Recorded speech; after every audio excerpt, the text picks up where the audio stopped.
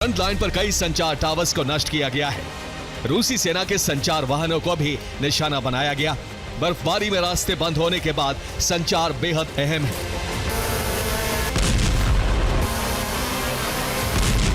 रूस में संचार सिस्टम से जुड़े टावर्स को बचाने के लिए रूस ने कोई खास इंतजाम नहीं किया है, जिसकी वजह से यूक्रेन के लिए यह बेहद आसान टारगेट बन गया है। लेकिन रूसी तेल ठिकानों पर हमले का सिलसिला थमा नहीं है।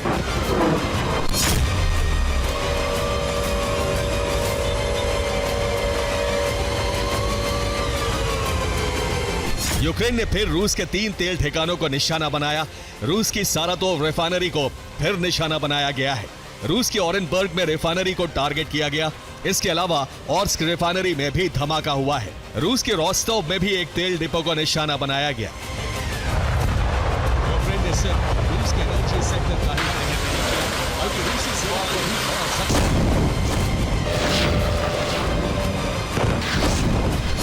तेल डिपो एक रेलवे स्टेशन के करीब है।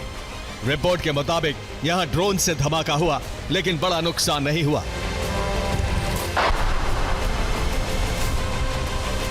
खास बात है कि तमाम तरह के सुरक्षा उपाय करने के बावजूद यूक्रेन अब रूस में दूर तक हमला करने में कामयाब हो रहा है। रिपोर्ट के मुताबिक अब यूक्रेन लॉन्ग रेंज के कई ड्रोन बना चुका है।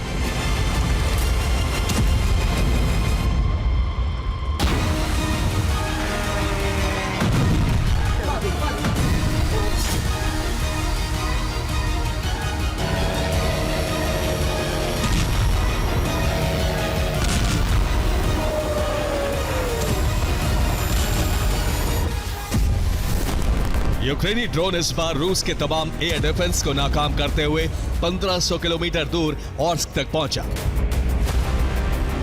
रूस इस रिफाइनरी को सुरक्षित मान रहा था क्योंकि यह बॉर्डर से काफी दूरी पर है।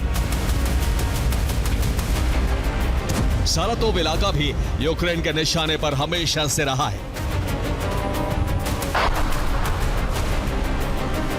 इसकी 2 वजह है। एक तो सारातोव में रिफाइनरी है, दूसरी तरफ यहां से 14 किलोमीटर दूर ही रूस का एंगल्स 2 एयरबेस भी है। इसलिए यहां यूक्रेन लगातार हमले करता रहता है। बीती रात भी एंगल्स एयरबेस को निशाना बनाने की कोशिश हुई।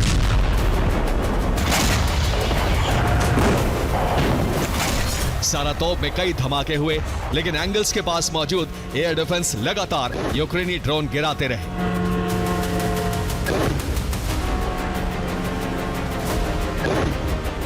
एंगल्स बेस पर रूस का तेल डिपो भी है। बेस पर जेट फ्यूल का स्टॉक रखा जाता है। यूक्रेन पर हवाई हमले भी यहीं से होते हैं। एंगल्स बेस पर इस साल भी कई बार तबाही मच चुकी है, इसलिए बेस को बचाने की हर मुमकिन कोशिश की गई है।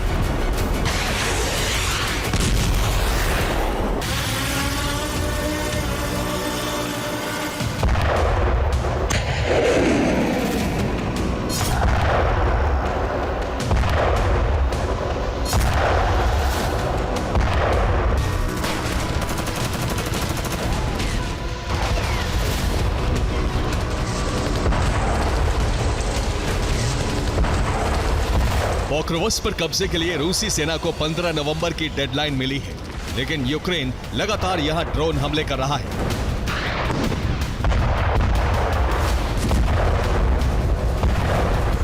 यूक्रेन रूसी सैनिकों के छिपने वाली जगहों पर भी हमले कर रहा है ताकि रूसी सेना मोर्चा न बना सके।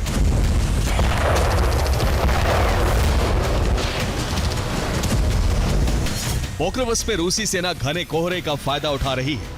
रूसी सेना पर ड्रोन हमले में यूक्रेन को मुश्किल हो रही है। दक्षिणी इलाकों से रूसी सेना पोक्रोवस्क में घुस रही है। ज़ेलेंस्की ने दावा किया है कि पोक्रोवस्क में रूस से मुकाबले के लिए यूक्रेनी फौज डटी हुई है और मोर्चे पर कायम है।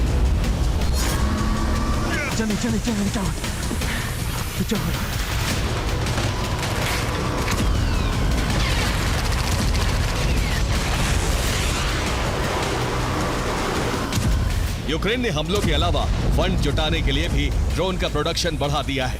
रिपोर्ट के मुताबिक युद्ध के बावजूद कई देशों को यूक्रेन अपने ड्रोन बेच सकता है।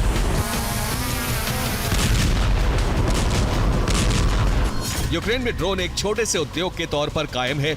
आम लोगों को भी ड्रोन प्रोडक्शन के काम में जोड़ा गया है, जिसके बाद घरों में भी ड्रोन का प्रोडक्शन शुरू हो गया है।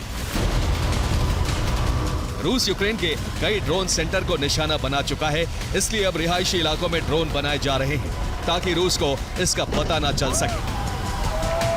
Bureau report, TV9 भारतवंश।